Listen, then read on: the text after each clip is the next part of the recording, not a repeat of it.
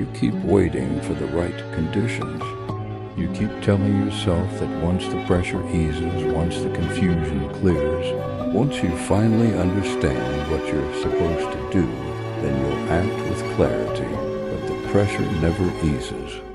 The confusion never fully clears. And meanwhile, you're frozen suspended between what you know you should do and what you actually do, watching your life pass in a fog of hesitation and regret. You think certainty will arrive like a revelation. You think goodness will emerge naturally once you've figured everything out. You think gratitude will come when things finally go your way. But none of that is true. You're waiting for conditions that will never arrive, for a version of yourself that only exists in fantasy. The gap between who you are and who you could be isn't closing. It's widening. Every day you wait, the distance grows. The truth is simpler and more brutal than you want it to be. Everything you need is already here, not tomorrow. Not after you've healed, learned, earned, or proven anything.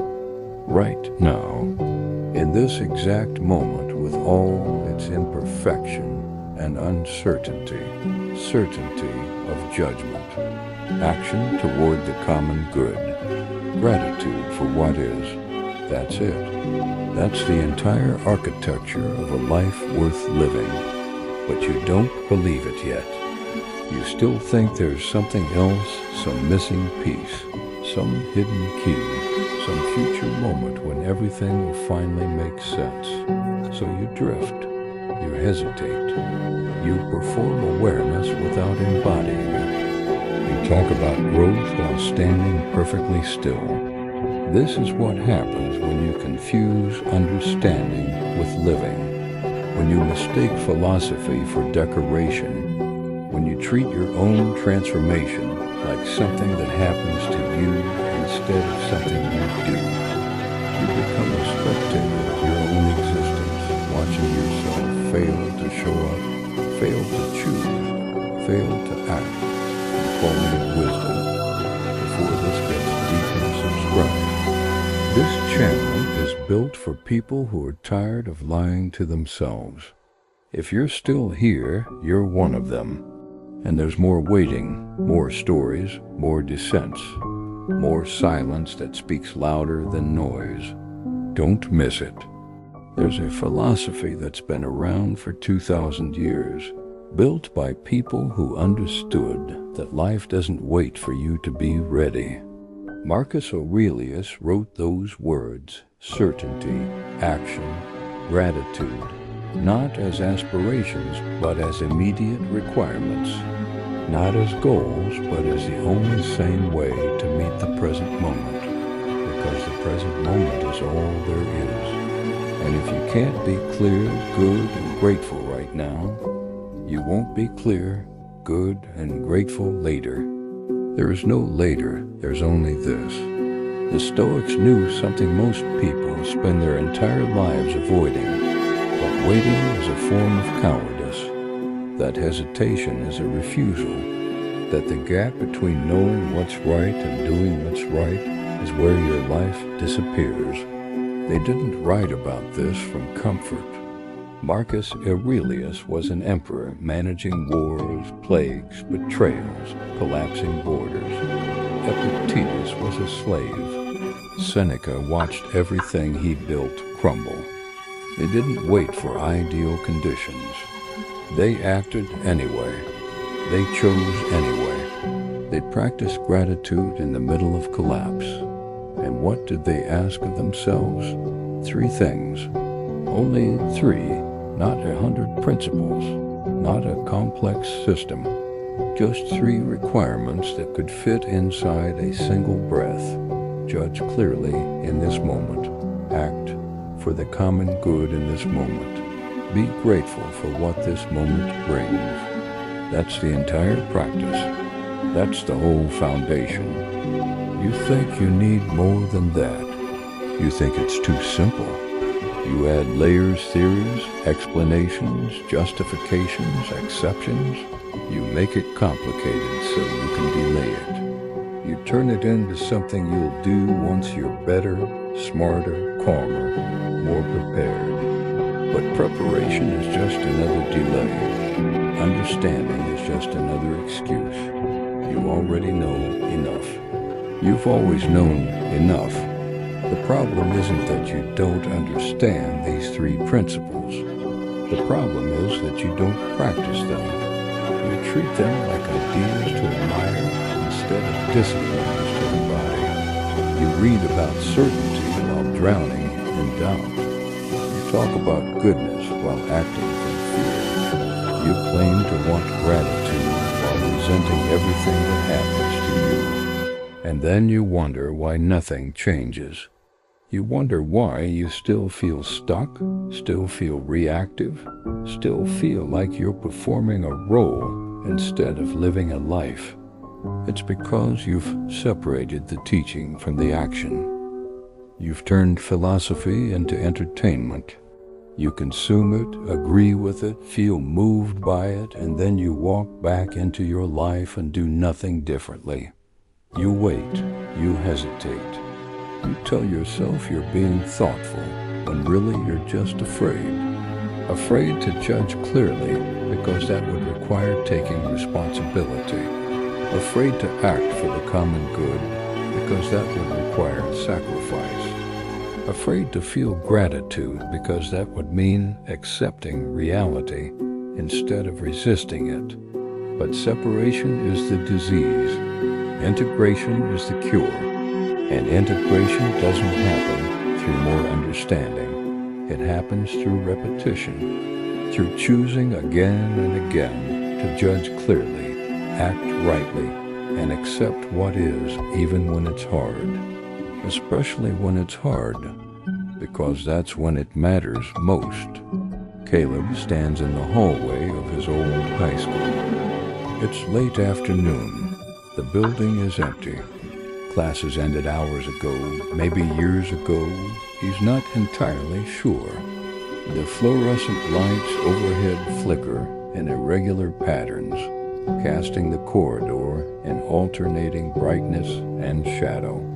The floor is polished linoleum, scuffed from decades of footsteps, reflecting the lights in dull streaks. Metal lockers line both walls, painted institutional beige, some hanging open, most locked shut. The air smells like floor cleaner and old paper.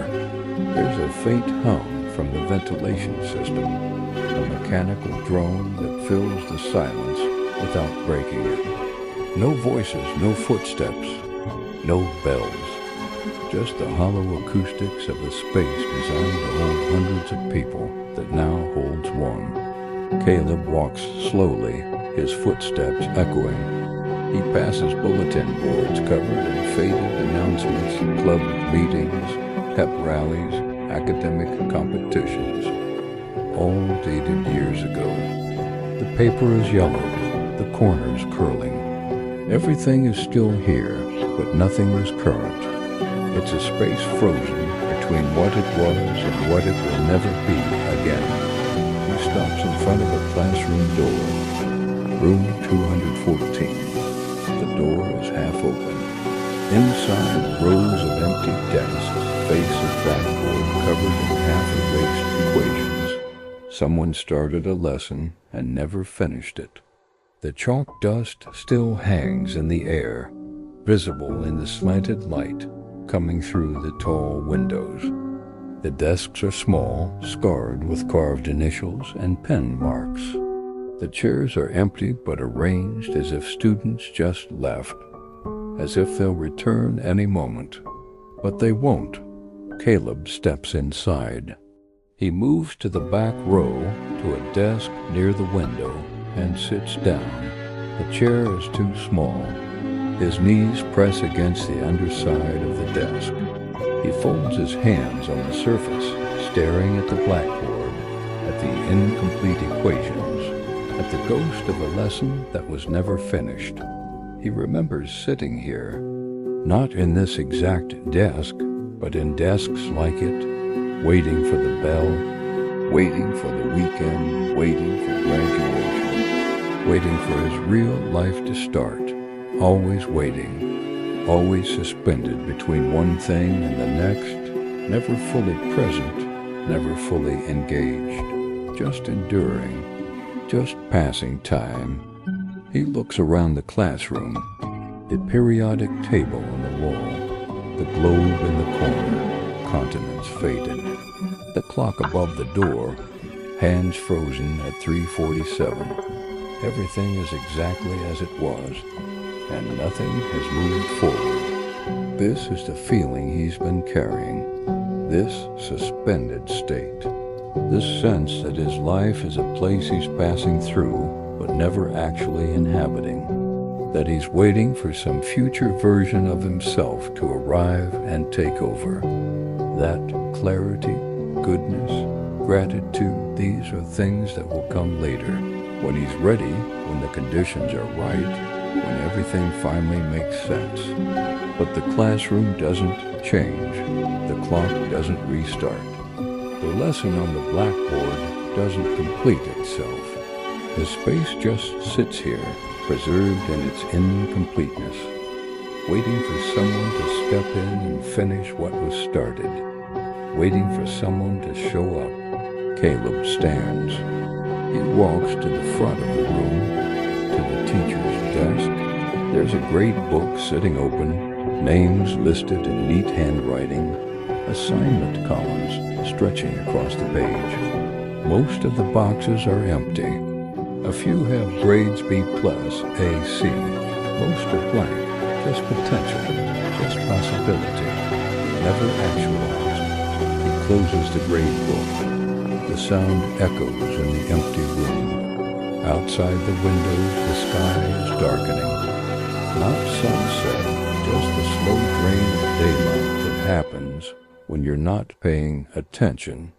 The kind of fading that feels inevitable, unstoppable. The kind that makes you realize how much time has passed while you were sitting still, waiting for something to change. Caleb looks at the blackboard, at the half-finished equation, at the lesson that was interrupted and never resumed. He picks up a piece of chalk from the tray.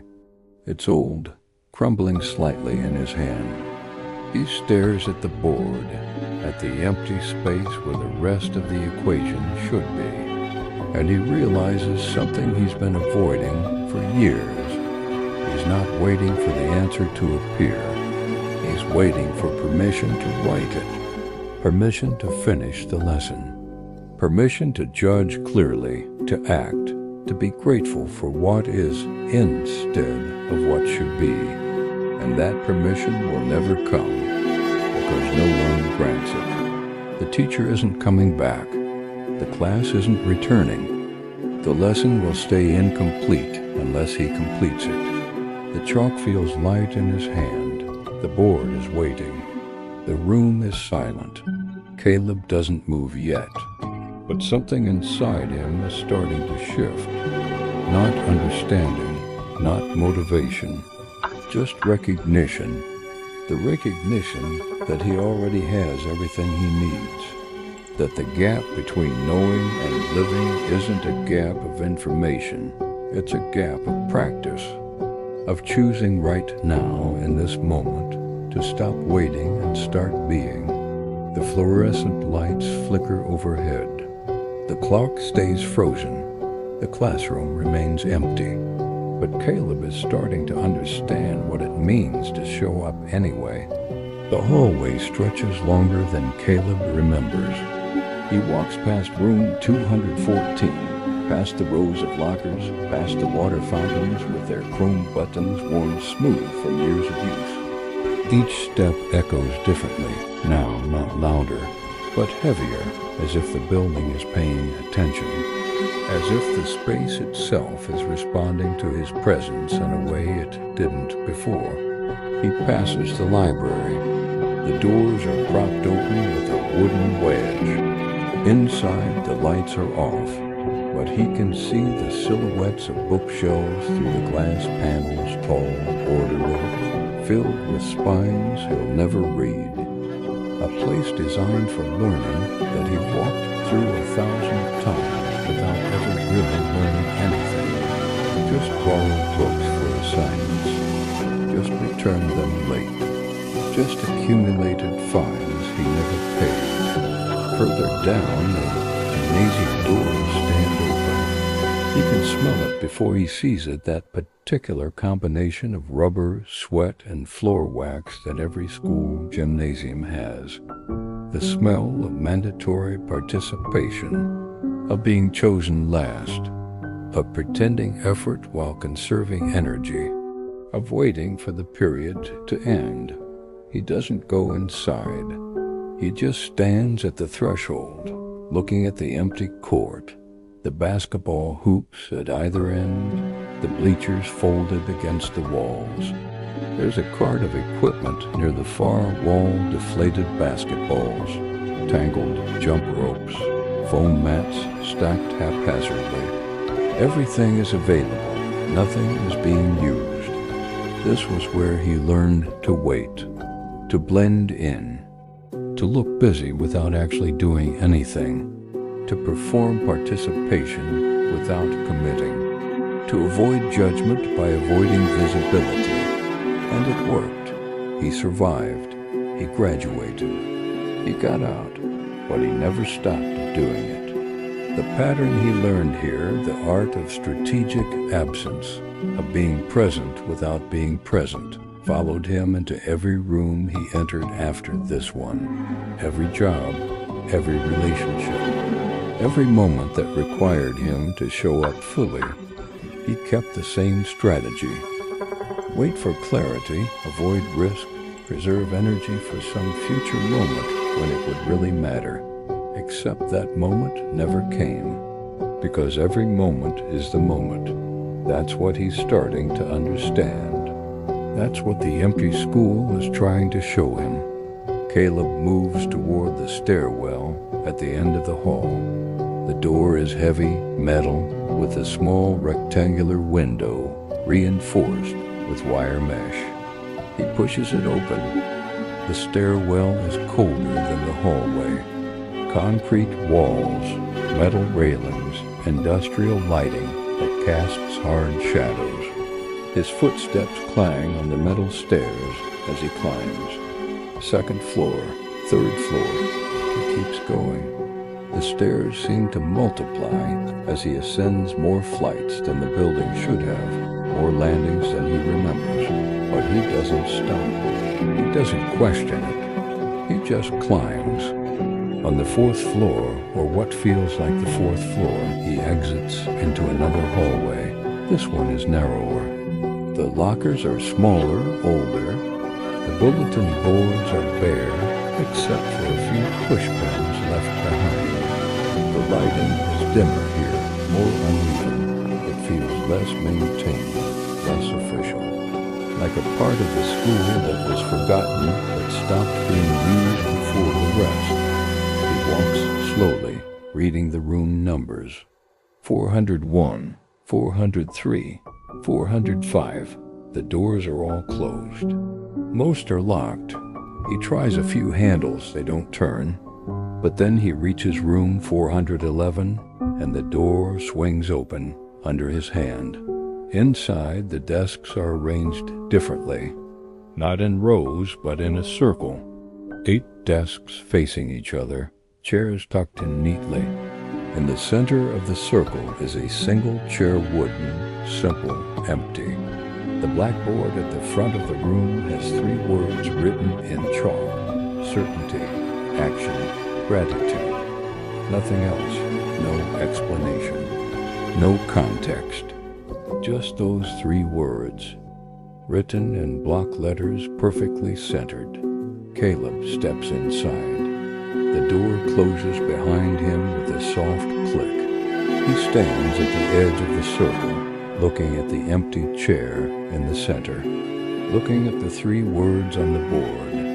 This is the lesson he's been avoiding. Not because it's complicated, Because it's simple. So simple that it exposes every excuse he's ever made, every delay, every rationalization, every reason he's given himself for waiting instead of acting. He thought the problem was that he didn't understand enough, that he needed more knowledge, more preparation, more certainty about what the right action was before he could take it. But that's not the problem. The problem is that he confused understanding with practice. He learned the words without learning to live them. Certainty of judgment in the present moment, not certainty about the future, not certainty about outcomes, just the ability to judge clearly right now with the information available, with the circumstances as they are, and decide what's true, what's right, what matters. He's been waiting for that clarity to arrive fully formed, waiting for doubt to disappear, waiting for the fog to lift before he makes a move. But clarity doesn't arrive. It's practiced. It's built. It comes from making judgments, seeing the results, adjusting, making more judgments. It's iterative. It's active. You can't wait for it. You have to do it. Caleb sits in one of the circle desks. The chair creaks under his weight. He folds his hands on the desk surface, staring at the empty chair in the center, at the three words on the board. He thinks about all the times he hesitated, all the conversations where he knew what to say but stayed quiet, all the relationships where he saw the pattern but waited to see if it would fix itself, all the decisions where he knew the right choice but delayed until the choice was made for him. He wasn't being thoughtful. He was being afraid. Afraid that if he judged clearly, he'd have to act on that judgment. Afraid that if he acted, he'd be responsible for the outcome. Afraid that if he took responsibility, he'd be exposed, his mistakes visible, his limitations undeniable, his humanity on display for everyone to see. So he waited. And waiting felt safer. Waiting felt like wisdom, like patience, like maturity. But it wasn't any of those things. It was just fear dressed up as virtue. The second word stares at him from the board. Action. Action for the common good in the present moment. Not action for applause. Not action to prove something. Not action that benefits him at someone else's expense. Action that contributes. That builds. That serves something larger than his own comfort or image. But that requires sacrifice. It requires giving up the fantasy that he can stay neutral, stay safe, stay above the mess. It requires stepping into situations where he might fail, where he might be wrong, where his good intentions might produce bad results, and he'll have to live with that and adjust and try again. He's been avoiding that, avoiding the risk, avoiding the exposure, avoiding the possibility that his contribution might not be enough, might not be recognized, might not even make a difference. So he's contributed nothing. He stayed on the sidelines, watching other people act, criticizing their choices, imagining what he would do if he were in their position, but never actually putting himself in that position. And the result? He's preserved his ego. He's protected his self-image. He's maintained the fantasy that he's wiser, calmer, more thoughtful than the people actually doing the work. But he hasn't built anything. He hasn't helped anyone. He hasn't made the world better in any measurable way. He's just watched, just waited, just preserved himself. Caleb stands and moves to another desk in the circle. This one faces the board directly. He sits. The third word fills his vision now. Gratitude. Gratitude in the present moment for everything that occurs, not selective gratitude. Not gratitude only for the good things, gratitude for what is, for reality, for the circumstances as they exist, not as he wishes they were. This is the one he resists most, because gratitude feels like acceptance, and acceptance feels like surrender, and surrender feels like weakness. So he resists, he complains, he points out what's wrong, he catalogs the injustices, the inefficiencies, the ways things should be different, and he calls that awareness, he calls that intelligence, he calls that having standards, but it's not. It's resentment. It's the refusal to accept that life doesn't owe him ideal conditions, that reality doesn't care about his preferences, that the universe isn't designed to make him comfortable, and that resentment costs him everything. It costs him peace. It costs him presence. It costs him the ability to see what's actually in front of him, because he's so busy comparing it to what should be there. He can't act clearly if he's resenting the situation. He can't judge accurately if he's distorting reality through the lens of his disappointment. Gratitude isn't naive positivity. It's not pretending that suffering doesn't exist or that injustice doesn't matter. It's recognizing that resistance to reality only creates additional suffering, that the situation is what it is, and the only question is what he's going to do about it. And he can't do anything useful if he's spending his energy wishing things were different. The Stoics understood this. Marcus Aurelius ruled an empire during plague and war. Epictetus was born into slavery.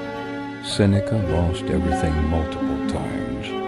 They didn't have ideal conditions.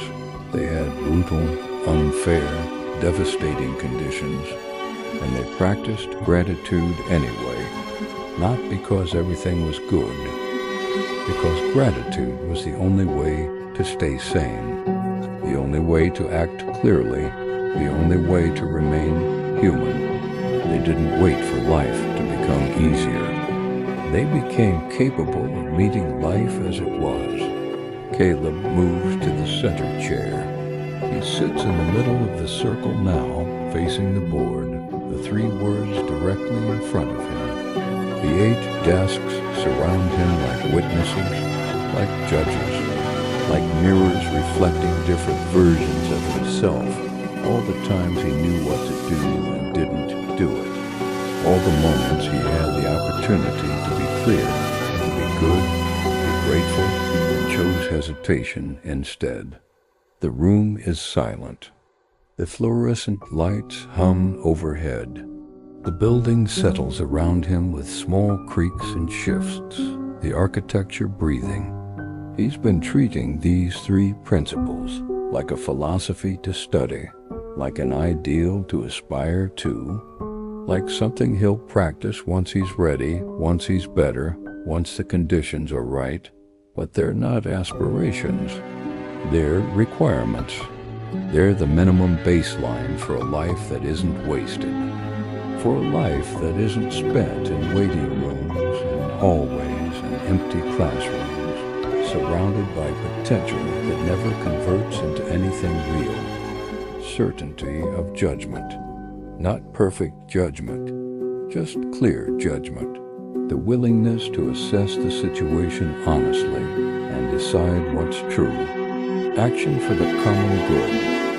Not perfect action, just action that tries to help. The willingness to step into the mess and contribute something, even if it's small, even if it's flawed. Gratitude for what occurs. Not for everything being perfect, just for everything being real. A willingness to accept reality and work with it instead of against it. 3 principles. That's all, not 100, not a complex system. Just 3, and he already knows them. He's known them for years. The gap isn't knowledge. The gap is practice. The gap is the space between reading the words on the board and living them in the hallway, between understanding the philosophy and embodying it when it's hard, when it's risky, when no one is watching and there's no reward.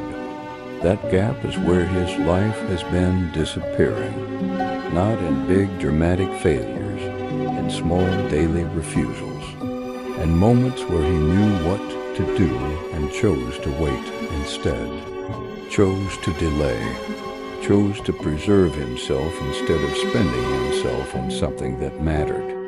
Caleb sits in the center chair, surrounded by empty desks, staring at three words that contain everything he needs. The building is quiet. The lights flicker slightly.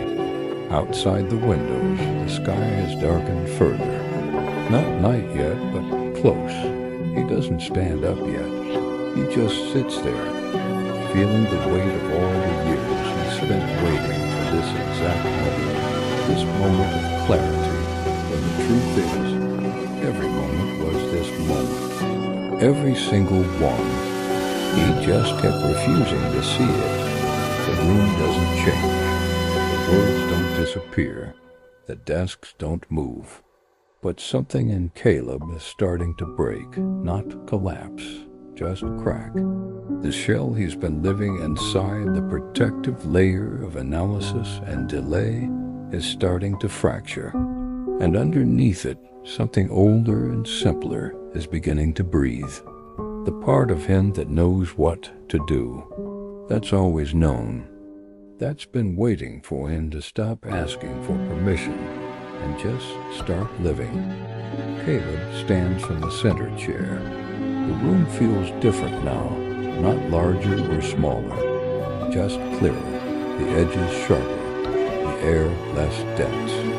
He looks at the three words on the board one more time: certainty, action, gratitude, and then he turns toward the door. It's still closed, but when he reaches for the handle, it opens easily.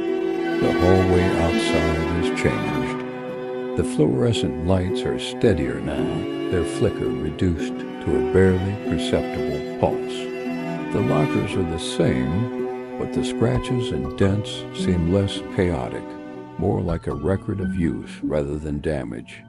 The bulletin boards still hold their faded announcements, but the papers don't look abandoned anymore, just archived.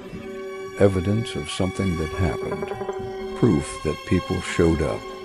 Caleb walks slowly. His footsteps still echo, but the sound is less hollow now. Less like he's disturbing a tomb and more like he's inhabiting a space. The difference is subtle but unmistakable. The building isn't reacting to him anymore. It's accommodating him, making room. He passes room 214 again. The door is still half open. Inside, the desks are still empty, the blackboard still marked with incomplete equations. But now he notices something he missed before. There's chalk in the tray. Fresh chalk. Not crumbling, not old. Just sitting there, available, waiting to be used. He steps inside. The classroom is exactly as he left it, frozen at 347, periodic table on the wall, globe in the corner. But it doesn't feel frozen anymore. It feels paused, like it's waiting for someone to resume what was interrupted, not to finish perfectly, just to continue. Caleb moves to the blackboard. He picks up a piece of chalk. It's solid in his hand, clean. He looks at the half-finished equation variables and symbols arranged in a pattern that means something, that leads somewhere, that stops mid-process. The answer isn't there. The work isn't complete. And he realizes it never will be. Not in the way he wanted. Not with perfect certainty. Not with guaranteed outcomes. The equation will always be incomplete, because life is incomplete, because every answer creates new questions, because solving one problem reveals 10 more, because the work never finishes, it just continues. But continuation requires participation. It requires showing up and working with what's available. It requires judgment, action, gratitude, not as distant ideals, but as immediate practices, as things you do right now with the chalk in your hand, with the board in front of you, with the incomplete equation waiting. Caleb doesn't finish the equation. He doesn't try to solve it. Instead, he writes 3 words beneath it, in the space that's been empty. Judge, act, accept. Simple, direct, immediate, the translation of philosophy into instruction, the conversion of principle into practice. He sets the chalk down. The words sit there on the board, half lesson, half reminder.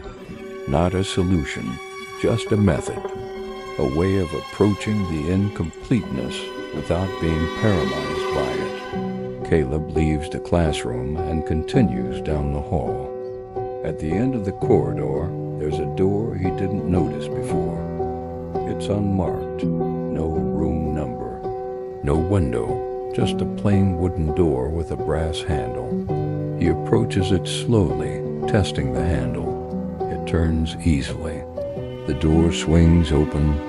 Inside is a teacher's lounge he vaguely remembers from his student days, a place he only glimpsed through half-open doors, never entered. There are a few worn couches arranged around a low table, a small kitchenette along one wall with a coffee maker, a microwave, a sink full of mismatched mugs, bookshelves lined with curriculum guides, attendance ledgers, boxes of colored pens, a space designed for people who show up every day and do the work without fanfare, without recognition, without waiting for ideal conditions. The coffee maker is on. A pot sits on the burner, half full, steam rising gently. Someone made it recently, or maybe it's been here forever. Either way, it's available. It's ready. Caleb pours himself a cup. The ceramic is warm in his hands. He doesn't drink it immediately. He just holds it, feeling the heat seep into his palms, standing in the middle of this unremarkable room that suddenly feels significant, because this is what commitment looks like. Not grand gestures, not perfect conditions, just showing up, making coffee, opening the attendance book, teaching the lesson even when half the class isn't paying attention, grading papers at night, answering the same questions year after year. It's not glamorous, it's not celebrated, but it's real, it's sustained. It's practice turned into structure, and structure over time becomes character. The teachers who worked here didn't wait for their students to be ready. They didn't wait for perfect engagement or ideal behavior or guaranteed results. They showed up anyway. They judged clearly, this student needs help, that one needs space, this lesson isn't working, that approach might. They acted for the common good, not their comfort, not their image, but the development of people they might never see again. And they accepted what occurred, the failures, the indifference, the slow progress, the rare breakthroughs, because resistance would only make the work impossible. They practiced the 3 principles without calling them that, without philosophizing about them. They just lived them, daily, imperfectly, repeatedly. And that repetition is what Caleb has been missing. He's been treating clarity, goodness, and gratitude like destinations, like states he'll achieve once he's evolved enough. But they're not destinations. They're directions.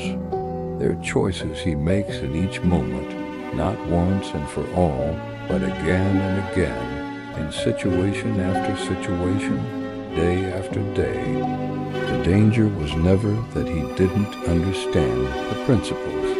The danger was that he understood them intellectually without embodying them practically, that he admired them without practicing them, that he waited for the perfect moment to start living them when every moment was already the moment. Caleb sets the coffee mug down on the low table. He sits on one of the worn couches. The cushions are soft, compressed from years of use.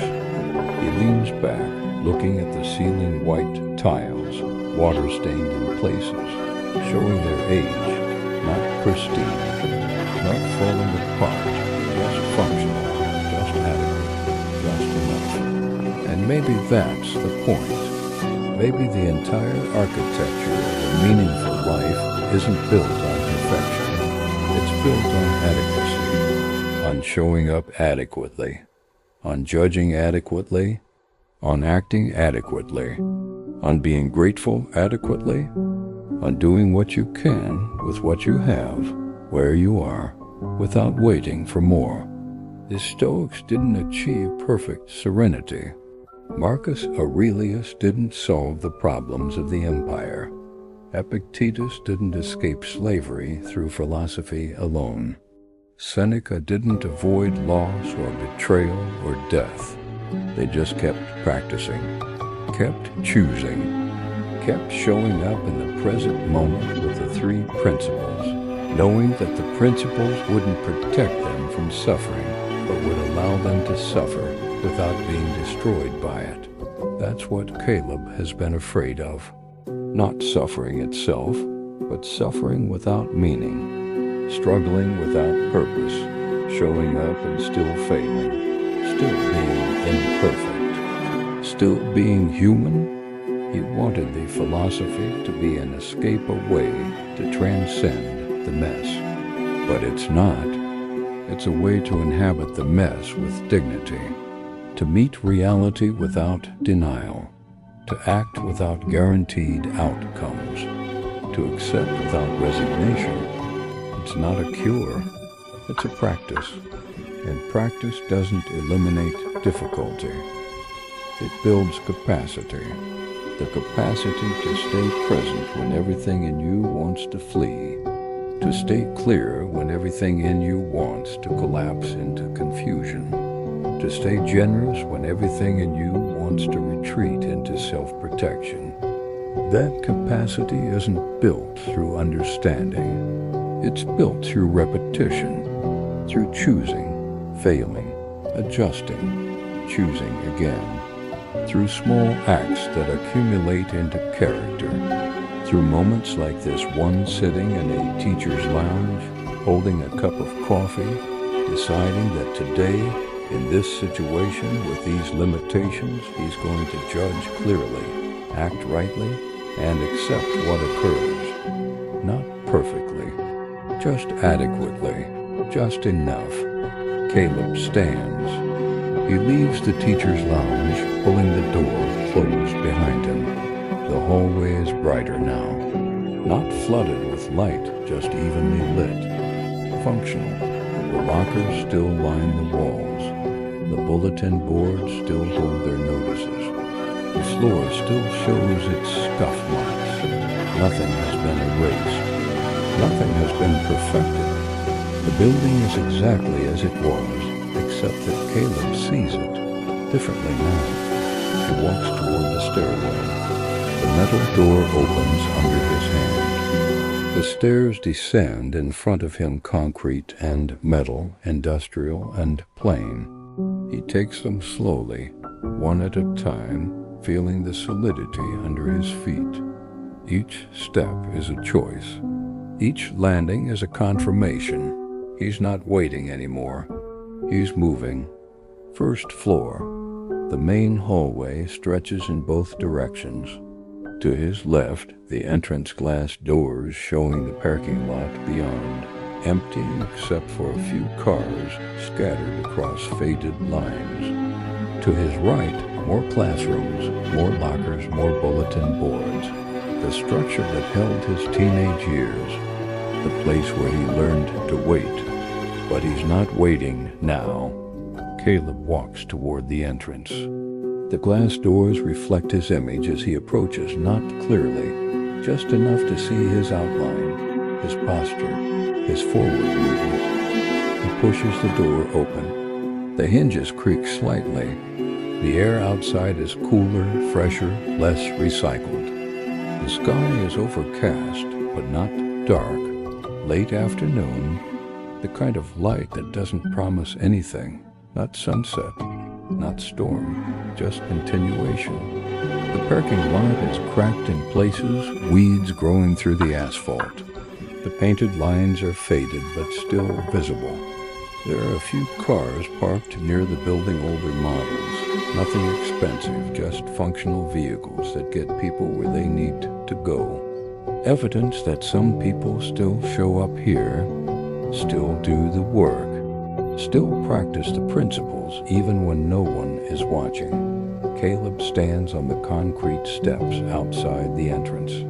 Behind him, the school building, 3 stories of brick and glass and institutional memory. In front of him, the parking lot, the road beyond it, the world extending in every direction. The same world he left, the same circumstances, the same limitations. Nothing has changed externally, but internally something has shifted. Not dramatically, not completely, just enough. The gap between understanding and practice has narrowed. Not closed, probably never fully close, but narrowed enough that he can step across it, that he can choose right now to stop waiting and start living. The wind picks up slightly, moving across the empty parking lot, rustling the weeds, carrying the smell of distant rain. Caleb takes a breath. He thinks about the 3 words on the blackboard: certainty, action, gratitude.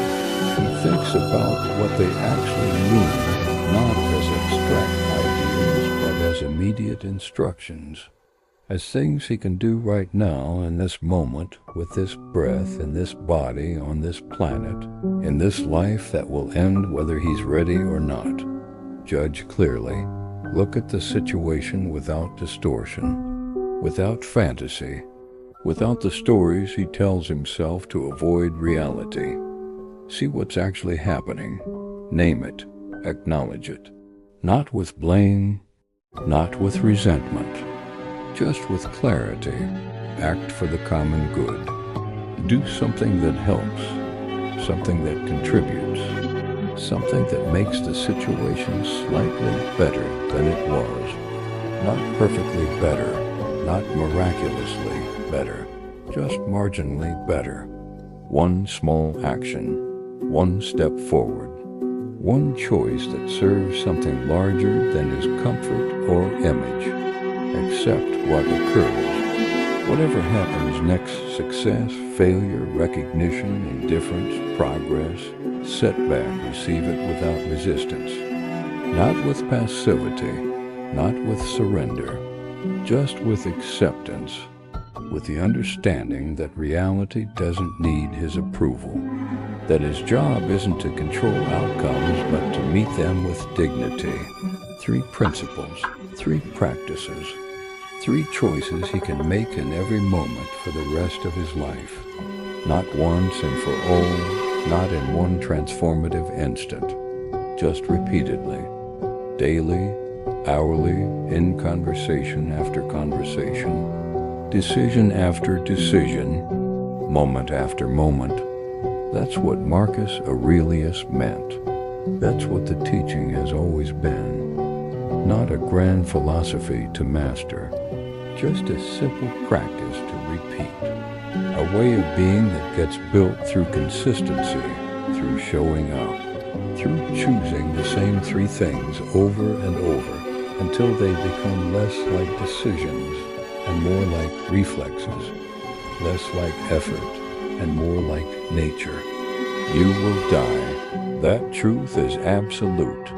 But between now and then, you have moments, thousands of them, millions of them, And in each one you can practice, you can judge clearly, you can act rightly, you can accept what is, you can be adequate, you can be enough, not because you've transcended your humanity, because you've fully inhabited it, because you've stopped waiting for permission to be present and just started being present, because you've realized that the life you're waiting for is the life you're already living. And the only question is whether you're going to meet it or keep avoiding it. Caleb walks down the steps. His feet hit the cracked asphalt of the parking lot. He doesn't head toward any particular car. He just walks across the lot, toward the road, toward whatever comes next. Not with certainty about the destination, just with clarity about the direction. The school building behind him doesn't disappear. It stays exactly where it is, solid, functional, full of incomplete lessons and empty classrooms and bulletin boards covered in faded notices. A place where people showed up, where people practiced, where people tried to do something good even when it was hard, even when no one was watching, even when the results were uncertain. He carries that with him now, not as a memory, as a method, as a reminder that the work is never finished but always available, that every moment is an opportunity to practice the three principles, that life doesn't wait for you to be ready. It just keeps moving, and your job is to move with it clearly, generously, gratefully. The wind carries the smell of rain closer now. The sky darkens slightly. Weather is coming. Change is coming. Difficulty is coming. But so is the next moment, and the one after that, and in each one, there will be the same three choices. Judge clearly, act rightly, accept what occurs. Caleb keeps walking. The road stretches ahead. The world continues. Life moves forward. And for the first time in longer than he can remember, he's not waiting for it to start. He's already in it. The path isn't easy. It never was. It never will be. But it's clear. And clarity, practiced repeatedly, becomes strength. Action, practiced repeatedly, becomes character. Gratitude, practiced repeatedly, becomes peace.